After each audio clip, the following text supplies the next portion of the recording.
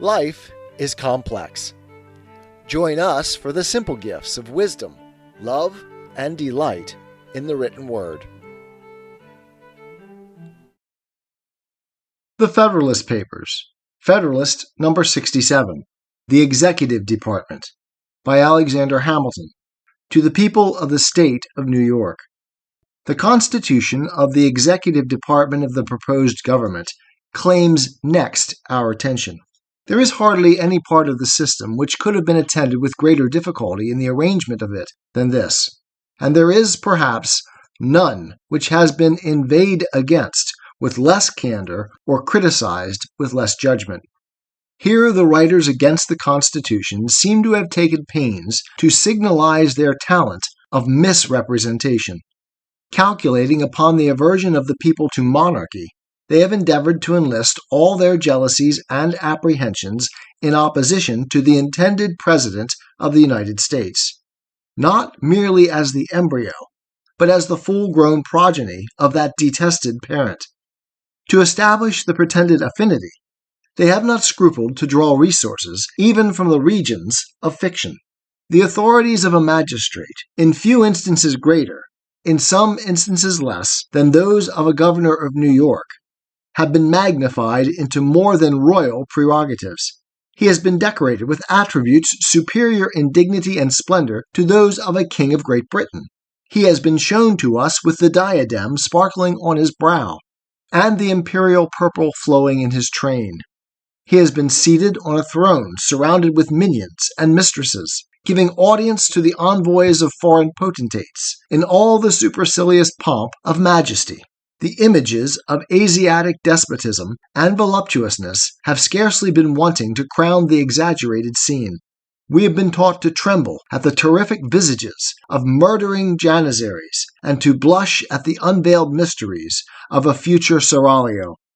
Attempts so extravagant as these to disfigure, or, it might rather be said, to metamorphose the object, render it necessary to take an accurate view of its real nature and form, in order as well to ascertain its true aspect and genuine appearance, as to unmask the disingenuity and expose the fallacy of the counterfeit resemblances which have been so insidiously, as well as industriously, propagated.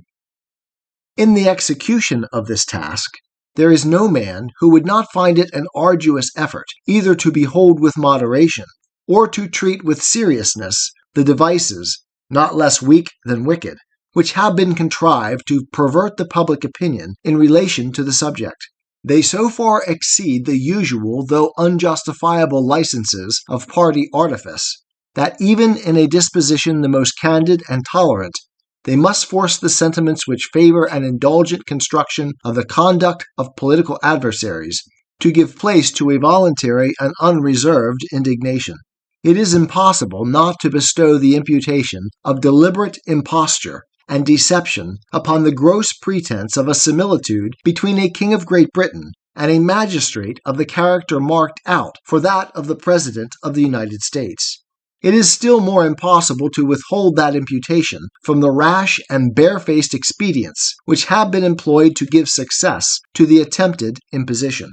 In one instance, which I cite as an example of the general spirit, the temerity has proceeded so far as to ascribe to the President of the United States a power which by the instrument reported is expressly allotted to the executives of the individual states.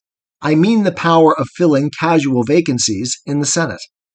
The bold experiment upon the discernment of his countrymen has been hazarded by a writer who, whatever may be his real merit, has had no inconsiderable share in the applauses of his party, and who, upon this false and unfounded suggestion, has built a series of observations equally false and unfounded.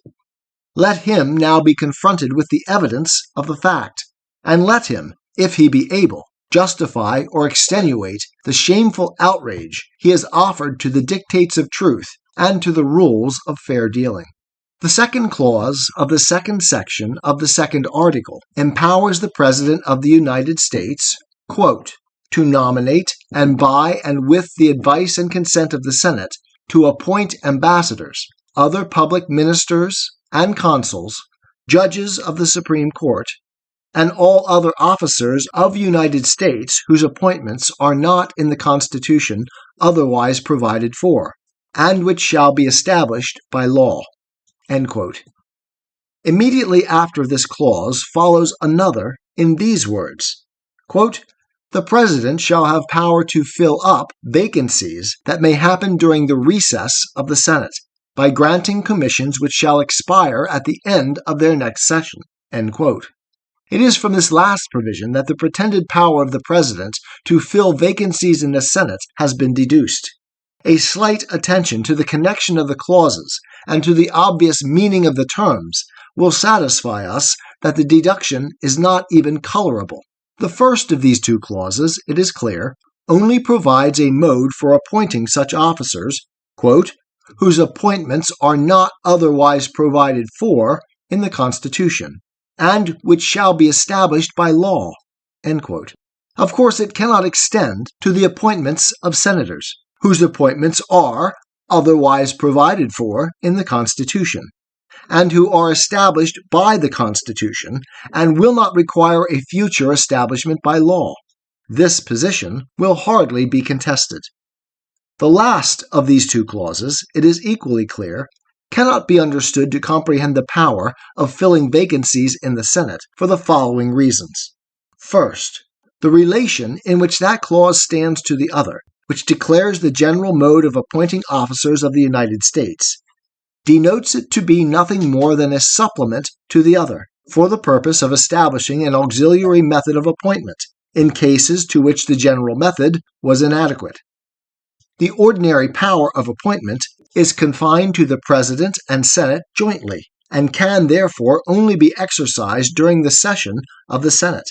But as it would have been improper to oblige this body to be constantly in session for the appointment of officers, and as vacancies might happen in their recess, which it might be necessary for the public service to fill without delay, the succeeding clause is evidently intended to authorize the President singly to make temporary appointments, quote, "during the recess of the Senate, by granting commissions which shall expire at the end of their next session." End quote. Secondly, if this clause is to be considered as supplementary to the one which precedes, the vacancies of which it speaks must be construed to relate to the officers described in the preceding one. And this, we have seen, excludes from its description the members of the Senate. Thirdly, the time within which the power is to operate, quote, "during the recess of the Senate," end quote, and the duration of the appointments, quote, "to the end of the next session," end quote, of that body, conspire to elucidate the sense of the provision which, if it had been intended to comprehend senators, would naturally have referred the temporary power of filling vacancies to the recess of the state legislatures, who are to make the permanent appointments, and not to the recess of the National Senate, who are to have no concern in those appointments, and would have extended the duration in office of the temporary senators to the next session of the legislature of the state, in whose representation the vacancies had happened, instead of making it to expire at the end of the ensuing session of the National Senate. The circumstances of the body authorized to make the permanent appointments would, of course, have governed the modification of a power which related to the temporary appointments.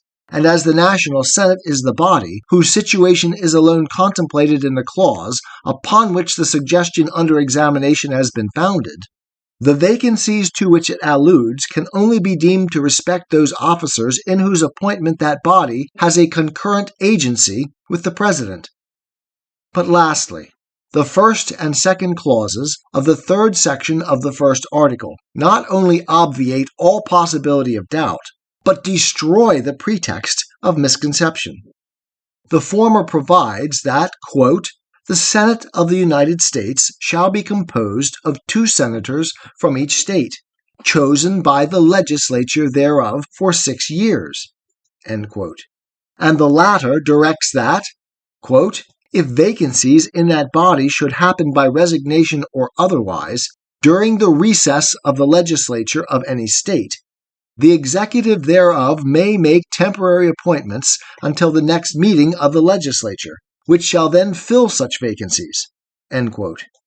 Here is an express power given, in clear and unambiguous terms, to the state executives to fill casual vacancies in the Senate by temporary appointments, which not only invalidates the supposition that the clause before considered could have been intended to confer that power upon the President of the United States, but proves that this supposition, destitute as it is even of the merit of plausibility, must have originated in an intention to deceive the people, too palpable to be obscured by sophistry, too atrocious to be palliated by hypocrisy. I have taken the pains to select this instance of misrepresentation, and to place it in a clear and strong light, as an unequivocal proof of the unwarrantable arts which are practiced to prevent a fair and impartial judgment of the real merits of the Constitution submitted to the consideration of the people. Nor have I scrupled, in so flagrant a case, to allow myself a severity of animadversion little congenial with the general spirit of these papers. I hesitate not to submit it to the decision of any candid and honest adversary of the proposed government, whether language can furnish epithets of too much asperity for so shameless and so prostitute an attempt to impose on the citizens of America. Publius. "'Tis the gift to be simple, 'tis the gift to be free, 'tis the gift to come down where we ought to be, and when we find ourselves in the place just right, 'twill be in the valley of love and delight. When true simplicity is gained, to bow and to bend, we will not be ashamed. To turn will be our delight, till by turning, we come round right.